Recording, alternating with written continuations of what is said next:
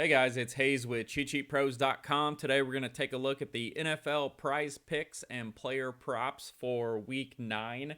And then at the end of the video, I'm going to give you a few NBA prize picks that I'm going to play tonight. I haven't been able to touch a lot of NBA. I've been working on everything else, but let's go ahead and get started and run through these. So taking a look at the prize picks, we're going to look at the fantasy points first. And one of them that I like is Corduroy Patterson. So his number here, as usual, we're going to kind of run through his stats, what we think, and then in your mind, come up with a line, what you think would be fair, and then I'll tell you what the prize pick line is currently, and then you can decide, do you like it, do you not like it? If you can come up with your own line, that really will tell you if you like that one or not. So over here, we look at his recent games. He's got 18, 14.1, 18.4, 34.6, 16.2, 23.9, and we'll skip week 1 where they were just figuring out how to use him. So his low since week 2 is 14.1, and then he, 16 to 18 points is kind of an average for him, and he can go up from there. And what I like about him is the targets he has in the passing game, 5, 5, 9, 6, 7. And then what changed for this week? It's a tough matchup against the Saints defense, but there's no Calvin Ridley. So he should pick up a few more targets, as everybody should in that Atlanta Falcons offense. But his price pick number is still sitting at 14. So even though it's a tough matchup, I don't expect him to get a ton of rushing yards. He should get a few more targets, a couple more catches. And 14.1, which he did in week 7, was his low since week 1. So I like him to go over 14 fantasy points there. The second one that I like that we're going to look at is Derek Carr. So DK points and price pick points are pretty similar. They're fairly close. So I always look at the game logs. So he's got 23, 24, tough game against Chicago, and then 15 against the Chargers and 25, 27. So last 2 weeks, he's averaging low 20s. His number is only 18.5, and he's going up against a soft New York Giants defense. And with everything that happened with Henry Ruggs, I think they come out, make a statement, and I think he can go over that 18.5. He really doesn't need that much. This game here, he fell under. He was 21 of 34. He only had 196 passing yards, 2 TDs. And then against Chicago, that's a tough game. He had 206, and we thought he was falling off. And then he came back with 341 against Denver on the road and 323, each with 2 scores to hit the low 20s. I think he can easily do that this week. So he's one of my tier 2 guys that I like. The next one I like is Marquis Brown. And so taking a look at him, he is the clear top target. Let me show you something here. So on the NFL cheat sheet, when we look at targets, let's filter this out. Let's go to Baltimore. And so when we look at this, you get kind of an idea of who's getting the target. So last week, not last week. Last week they were on a bye. Week 7, Marquis Brown had 14 targets. And then Mark Andrews had 7, and Rashad Bateman had 6. They were the top guys. And then in week 6, everybody was about the same, 5 to 6 targets. And then back in week 5, it was Marquis Brown and Mark Andrews again with 10 and 13, and they dominated the targets.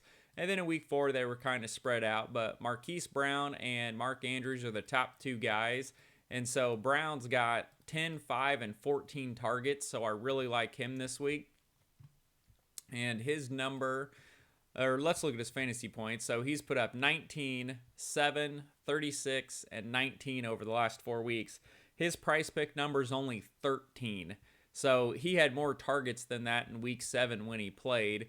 And he had 80 yards, 35, 125, 91. Has 4 touchdowns in the last 4 games. He's been over that in 3 of the last 4 games. So 13 it's a good number because if he gets a touchdown, he's already halfway there. And with the number of targets, he could get that in receptions alone. Going on to the next guy is Tua. Now, he's questionable. Looks like he's been limited with his ribs. He's probably going to play from what I've heard, so just make sure he's in the lineup. I think that's obvious. So fantasy point-wise, he's got 16, 28, 23 since returning. So he's played week 6, 7, and 8. Against Buffalo, that's probably the toughest matchup he'll have. He threw for 205, no scores, and then ran a TD in for 16.2 DK points. Well, his prize pick total is only 18.5. So that was really low considering he had 28 against Atlanta, 25 against Jacksonville, and then he's going up against Houston, which is one of the weaker teams. So I think 18.5 is a low number for him. And then if you're going to use him, pair him with Waddle or Parker.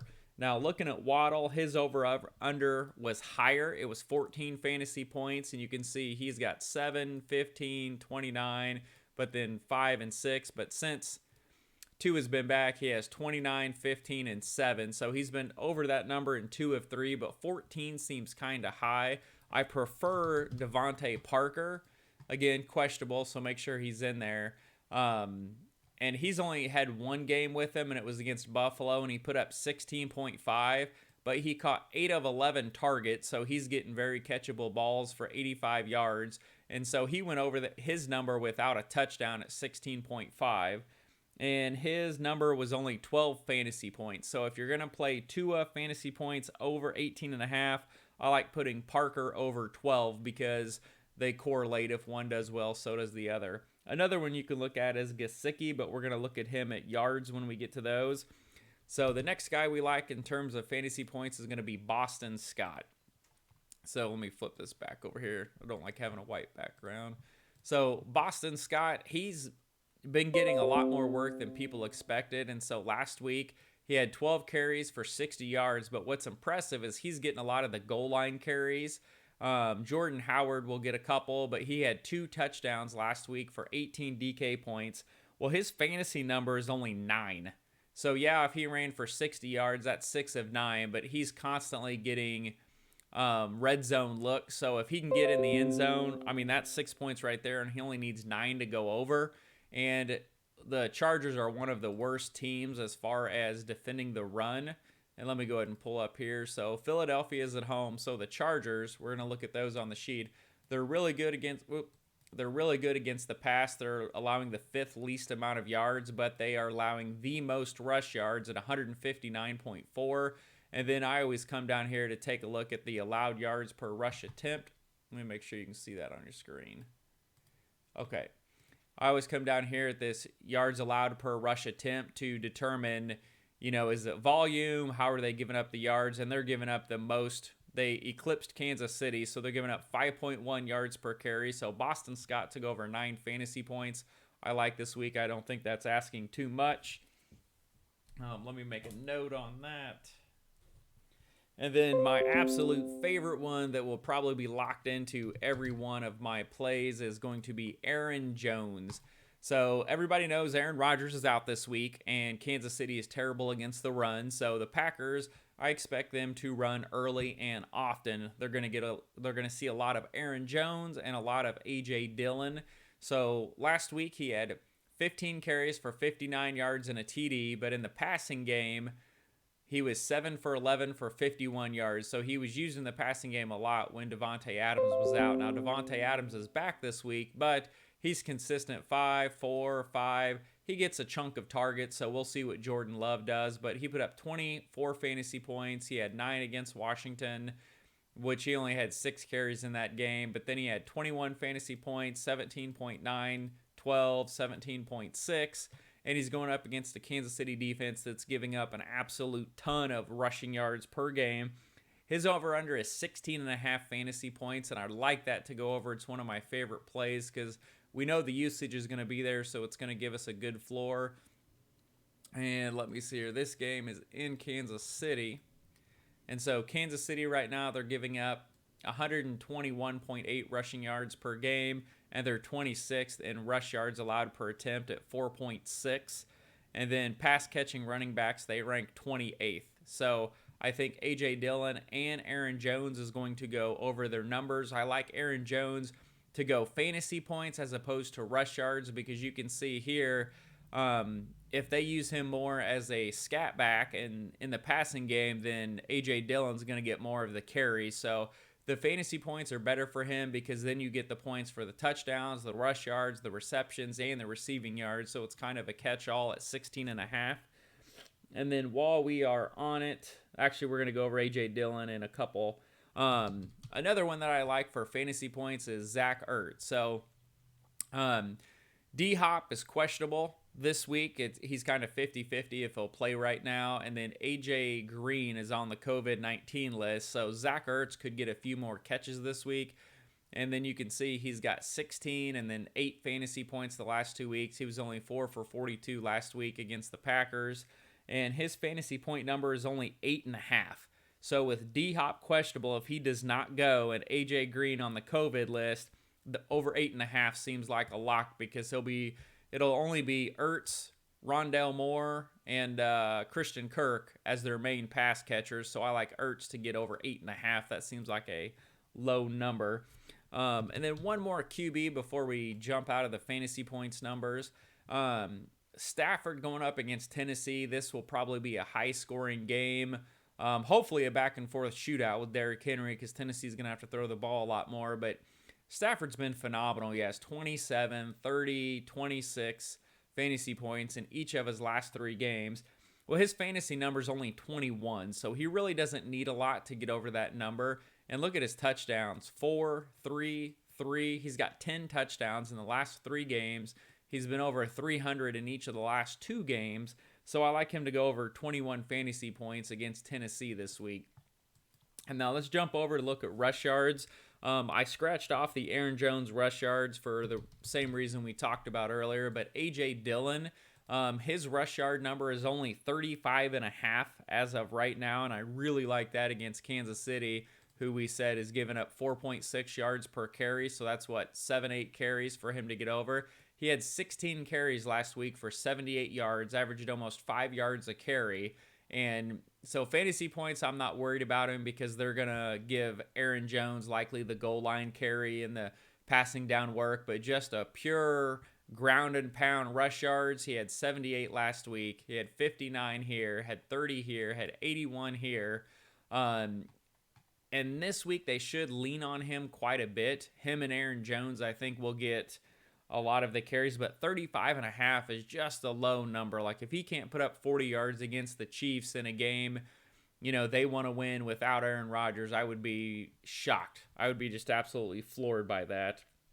Now I want to jump over and look at receiving yards. So I didn't see a lot as far as receptions, passing yards, but then receiving yards is one I started to get a bunch of them that I earmarked down. So Bryan Edwards is one that I want to look at. With Henry Ruggs and all the crap going on with him, they need another receiver to step up. So Ruggs has been 4, 4, 6, 4, 5. So he's getting 4 to 6 targets per game.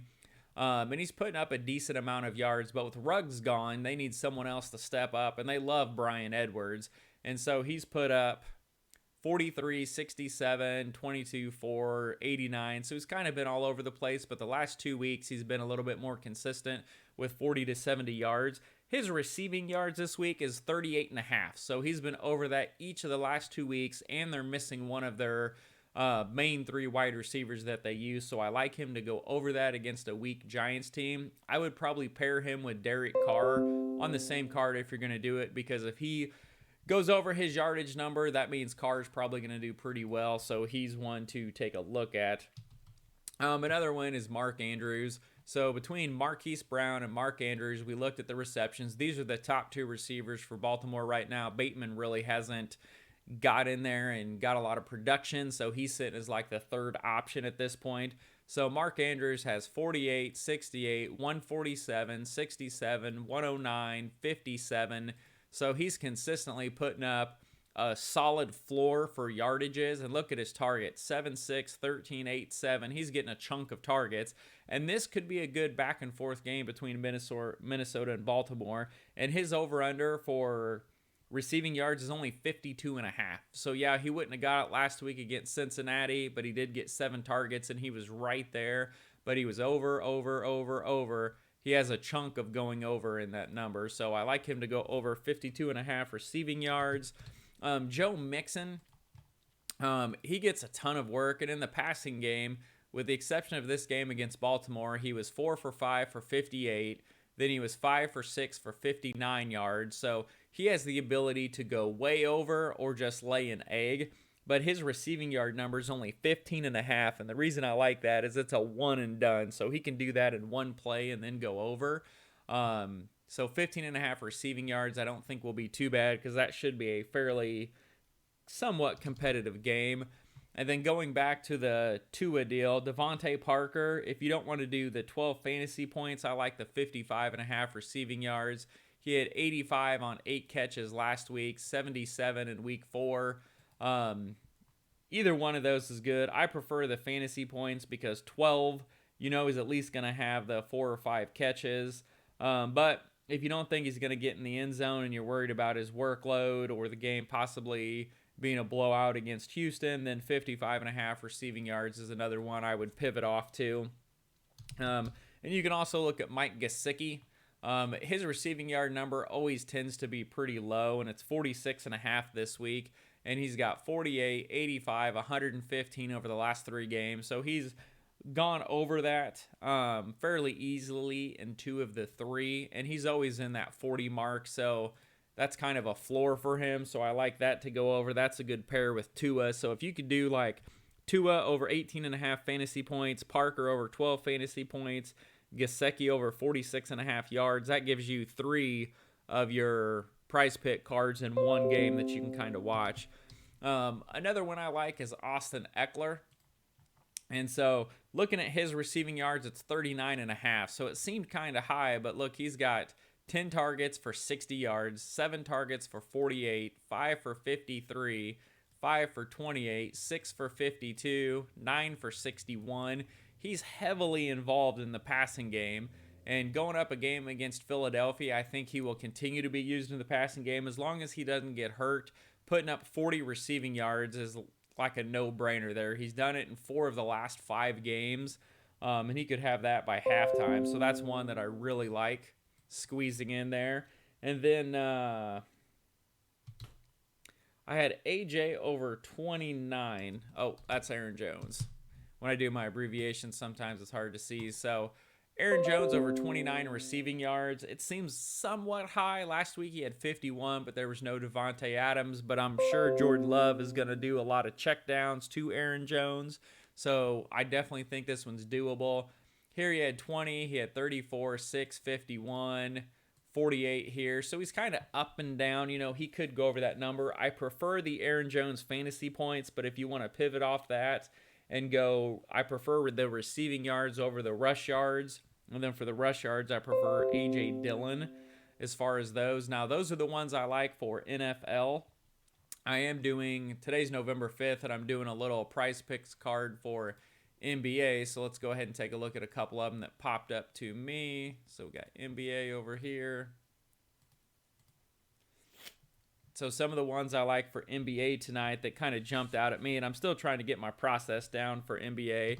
One is Wendell Carter. He's the one guy that jumped out at me. So his rebound number is only 9.5. He's got 13, 14, 6, 12, and 10 over the last 5 games. So he's putting up a good amount of numbers. So I like over 9.5 rebounds. 32 fantasy points is another one. I mean, he's got 40, 38, 19, 37, 39. So he's going over that. The card I went with was over 32 fantasy points. The second one I like is Murray over his points total over. So let's look at his points. So his points 23, 16, 23, 23, 21. And then his first 3 games, he was under those numbers. So he's 21 up to about 23 with the exception of his 16-point game. His raw point number tonight is only 18, so he's been over that in 4 of the last 5. So he's one I threw on there. Another one that kind of jumped out at me was McBucket. So Doug Mcdermott. So looking at his points, he has 2, 4, 25, 5, and 12. And so when you look at this, he really doesn't take a lot of attempts a game, 6 to 7 shots per game. So even if he made all of them, that's about 12 to 14 points, but he usually doesn't. And he's playing anywhere from, here's 17 minutes, 22, 25, got a couple 30-minute games, but his number was 11.5. And so he has the ability to greatly go under that, especially when he's only taking this many shots per game. I mean, if he takes 8 shots and he hits 5 of them, he's likely going to go under that. Now, he could squeak over, but this is one I like him to go under because there's a lot of variance with him. So unders are typically juiced a little more. But 2, 4, 5 in 3 of the last 4 games puts him under. So we're going McBuckets under 11.5 raw points tonight.